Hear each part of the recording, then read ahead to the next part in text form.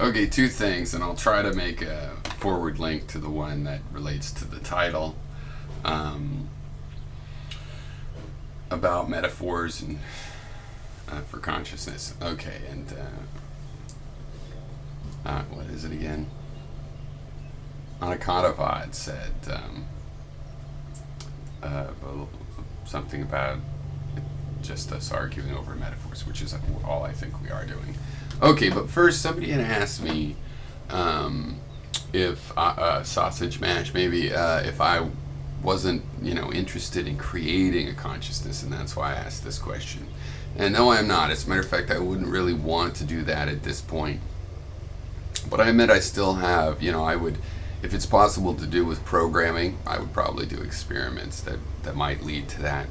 But it's not exactly a goal. But it was from preteen on, before I even learned how to use computers. I had read this emergent artificial intelligence and complex networks and Heinlein, and these ideas that made sense. And when I found out about John Searle's Chinese room argument, I wanted to reject it and did.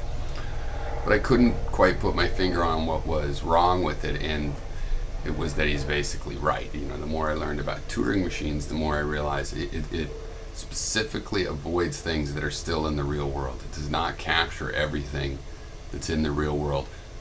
A Turing machine, even an infinitely powerful one, could not reproduce the world. Okay, and I think consciousness is one of the things that it could not reproduce. Right now, some people say, well, you'd have to feel the consciousness of another being. You wouldn't necessarily. Now, you could get pretty close, and maybe sufficiently close to say that you'd done that if you could record someone's memories and play them back for yourself and then share and go, yeah, I saw that, and that was the only way you'd gotten that information. But even that wouldn't actually be experiencing, it'd be reproducing. But that's what all perception is reproducing or producing in the first place models from information that you're getting, right? Now, one thing I notice interesting is that we determined that there was things like microbial life looking in a microscope just from the behavior. We didn't know about DNA when we were figuring this out. And we're like, that is not moving just with the fluid, it's moving like a living thing. Oh, look, it consumes and uses its energy and things like this. It seems to be designed to survive. And we found all of this trying to survive, seeming to all these things from its behavior. Then afterwards we discover genetics, and we find that all of the things that have this quality have genetic material in them. That's interesting. I think it's going to be similar with consciousness, because I think what we're looking for is the third person objective behavior signifiers that relate to this phenomena of having an internal experience or intentionality. Now, does intentionality or the appearance of it require the internal experience? I think so. I think that's the difference. So, really just by metaphor, it's like we saw all these things we're living. We didn't even suspect that meant we were all cousins. God might have created all of us. Or life might have started more than once, or a million things, and we find out that we're all related in this way. I think that's going to be related also to consciousness. But maybe not, like Hameroff's theory. He thinks it's in the microtubule, that there's a quantum. Now, there could be another quantum type computer processing, generating consciousness, according to Hameroff's theories. But the one he's focused on is only in eukaryotic life. So that would not be a lot of single cell life forms. But I think because we're looking at this behavior, and this behavior seems phenomenologically linked, it's always coexistent with an internal experience for humans. And then for most of us, we could expand that to mammals. And I think it goes all the way down. I don't see any distinction that stops it from going all the way down. Sure, the consciousness change, the kind of perceptions change, it becomes more and more simple, since we're made up of a complex of such things. But I think it goes all the way down. That's just a belief that it goes down in life through the life forms. And that just like finding, oh, look, DNA, we're all actually related, all living things. there is a relation besides that behavior. The behavior isn't just a coincidence. The fact that the behavior has similarities, because you could see paramecium trying to get out of a glass tube. They look like little worms trying to get out of a glass tube. Seems to go all the way down. It's not a coincidence that the behavior has these relationships. Things like we are related from the same kind of life form. So far only really finding this kind of life form, unless you want to count viruses, which still share the genetic code machinery. So I think it's reasonable to guess, but I'm not saying it's proven, I'm just saying where I'm coming from, that that's some sense of perception, of awareness of whatever your particular biology provides you in the way of information, that it goes with life, just like DNA has so far. All right, now it doesn't mean you couldn't create something that would behave just that way, that wouldn't have that. Right? Okay. I just think that the ones that are built that way likely have this sense of perception. It certainly seems to me that it must go down to insects.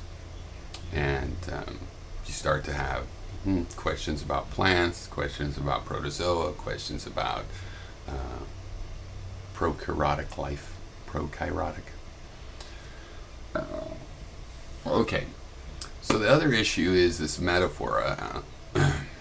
Anakantapad was talking about, he reduced an argument down to we're just arguing over metaphors. The thing is, that is all we're doing, is discussing metaphors. We don't have to necessarily argue that mine is better than yours, but it should be understood that I am trying to find the best metaphor, and the one I am proposing is the one I have found best. You have mentioned your metaphor, not you in particular, in the general case.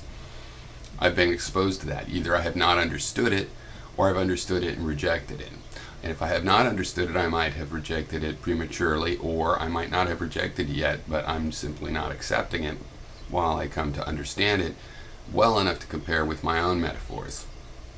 And it made me think of the metaphor of the Cartesian theater, of course created by Denon, I guess, to describe what Descartes was describing.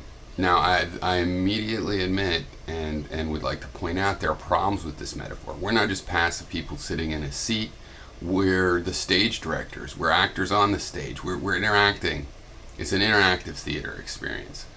So a Cartesian theater situation doesn't really do it justice, but it's still more useful to know metaphor, because we can say things like, well, that implies dualism where I don't want dualism, and we can communicate, oh, you don't want dualism in that area.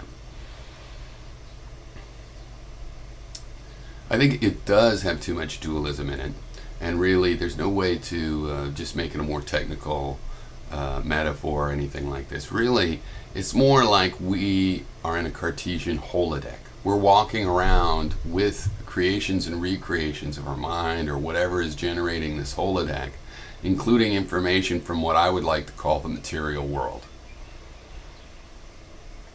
Right. So it's a Cartesian holodeck because we're interacting with the play. Right? And in the sense that we are the enterprise, we are the whole ball of wax. Our evolution / us, we are even the programmers. We've done a lot. We have a lot of roles even there, so it might, but at least it's not dualist. It's not like there's a passive observer and something going on and they're separated. There's an interactivity. On the other hand, there's still a million roles. The programming that's generating the fact that you can have this kind of a holodeck hallucination.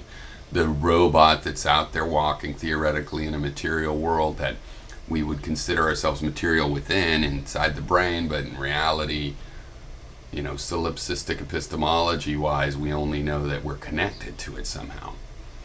And it's getting information and how we process this and all of those means. But when you get down to the basics, we do experience it as though we're walking around just like on a holodeck among real things, and only incidentally might we remember or just know officially that they're generated illusions.